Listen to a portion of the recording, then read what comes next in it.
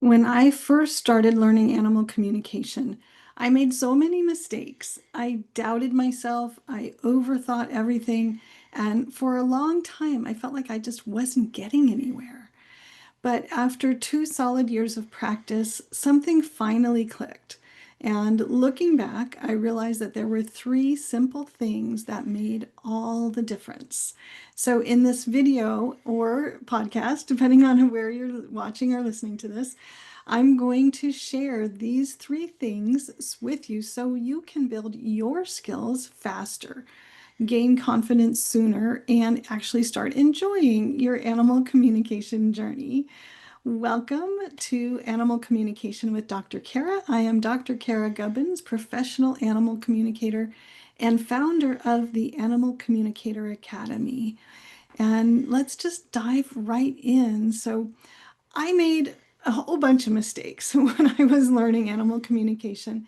And there were times that I really struggled. And there was no magic wand that, like, poof, made me a confident animal communicator. My skills and my confidence were built one intuitive conversation at a time.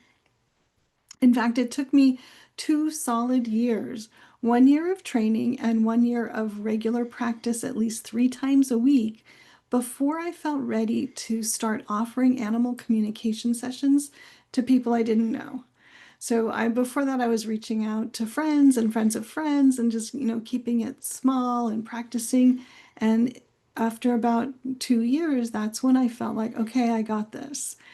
And during that practice time, there were three things that I did right.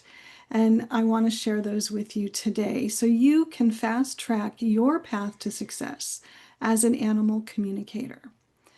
And these three activities will help anyone who's struggling with becoming a confident animal communicator, whether it's formally as a professional or informally with your own family or your friends. So get ready to start getting some traction and making some progress as an animal communicator. So here are the three keys, the three habits, the three simple things. I also call them the 3 R's of becoming a confident animal communicator. Number one is repetition. Practice animal communication over and over and over again. They say it takes 10,000 hours to master any skill. And I just want to remind you that animal communication is a skill that you can master by practicing. Many people buy into the misunderstanding that animal communication ability is a gift that's somehow bestowed on you at birth or before birth or something like that, but it's really not. It's a skill. The thing that makes this process a little different from probably anything else that you've learned or tried to learn is that this is whole body learning. So you need your whole self to be engaged and to be engaged in action in doing this, not like going through the motions, but really like actively working your skills, working your process, working your system. And you need to do that over and over and over again. So I am going to say, like, keep going through the motions, fake it till you make it, act as if whatever you need to do to get yourself to just get out there and practice. The key, number one key, is to just keep going and to just keep doing it. So often in so many areas of life, the winners are the ones who simply stay in the game. So you can win the animal communication game by staying in the game. Just keep practicing. Don't stop. Keep going. Even if it doesn't feel like anything is changing, or it doesn't look like anything is changing on the outside, or it doesn't seem like you're getting any better, keep going anyways, because there's so much happening below the surface. But again, you can't be like hollow. You can't be hollow with this. You can't be just going through the motions without being engaged. You need to be engaged to really get that learning process happening under the hood. So, key number one is practice. Key number two is to keep records. So, as you're practicing, take notes. Take notes on everything about the whole session. So, record the content of your practice sessions, the questions you ask, the messages you get from the animals, anything else that's going on, like the details of where you are, what time it is, how you prepared for the session, who it was with, what the weather was like anything at all, because you don't know what factors are gonna be at play here. You don't know what factors are going to be influencing you. So you wanna take inventory of as many parts of your process as you can. So think kind of outside of the box with this. Any detail, all details are all good.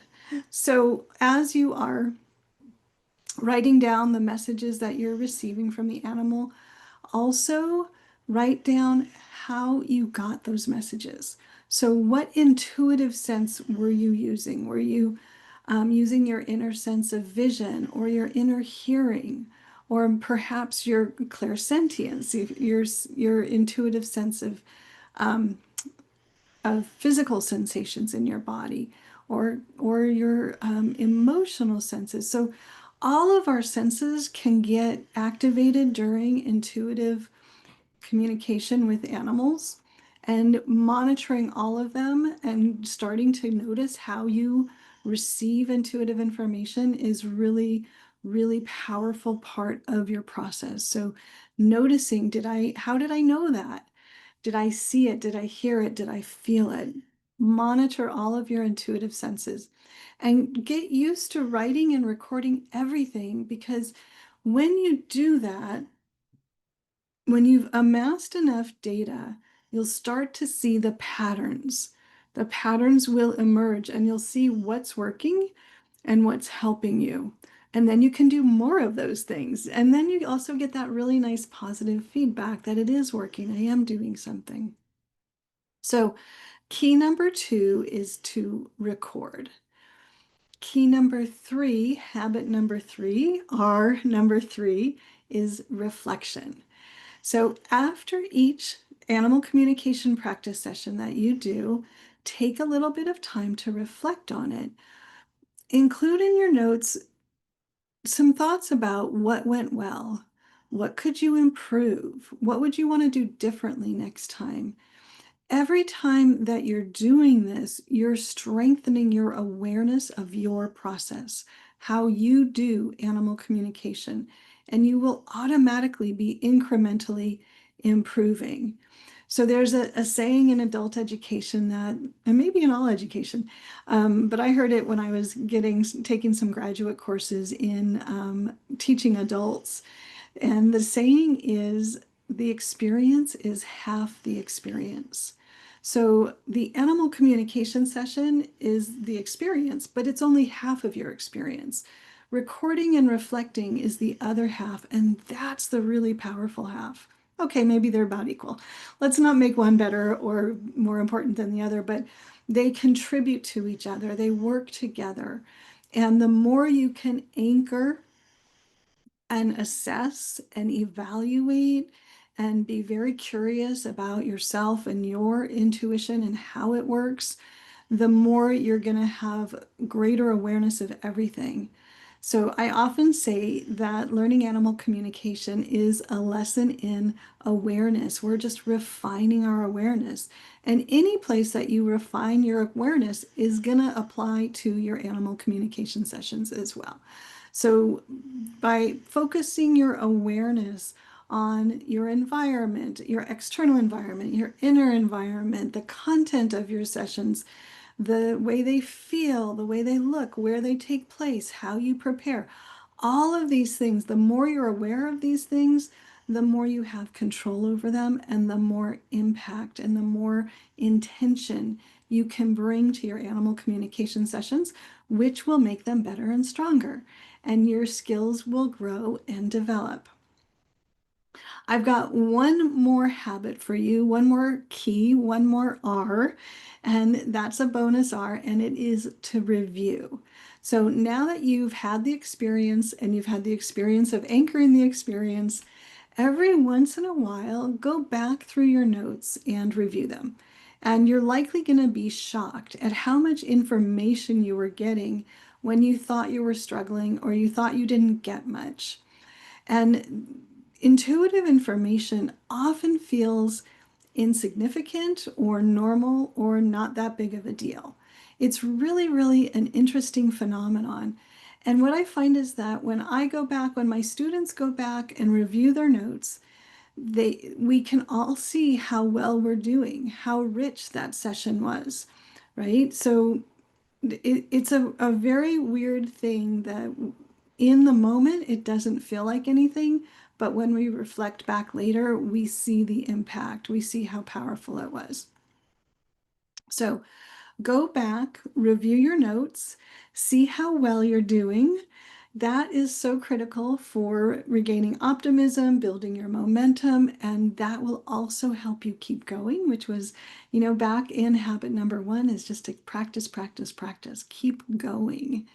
It's really easy to get derailed or sidetracked or to get distracted or, get discouraged when we only have our subjective information to go on.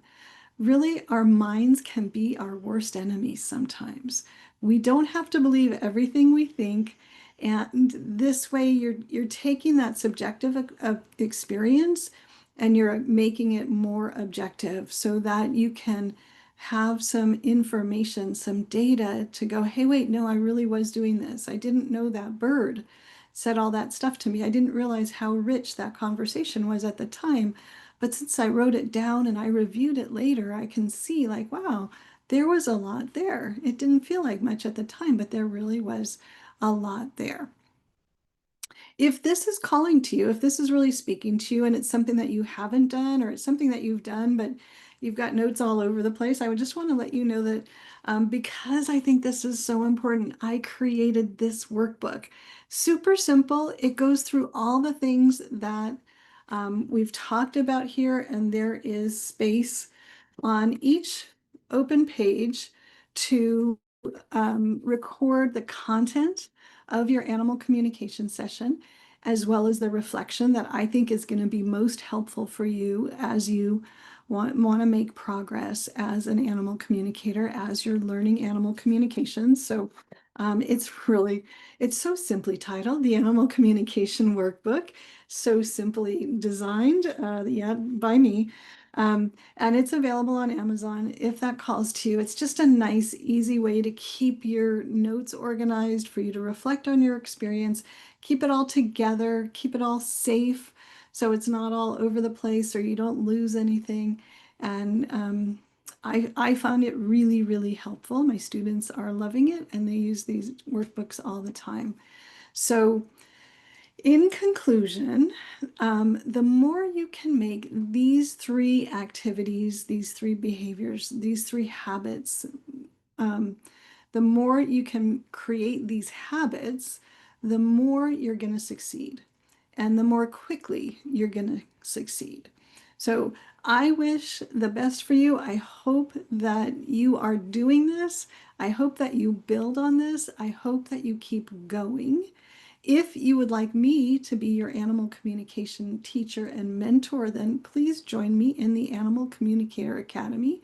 You can get more information about that at caragubbins.com/ACA. There are also links in the show notes, links in the description. I am cheering you on as you make progress on your dream, and here's to your success as an animal communicator.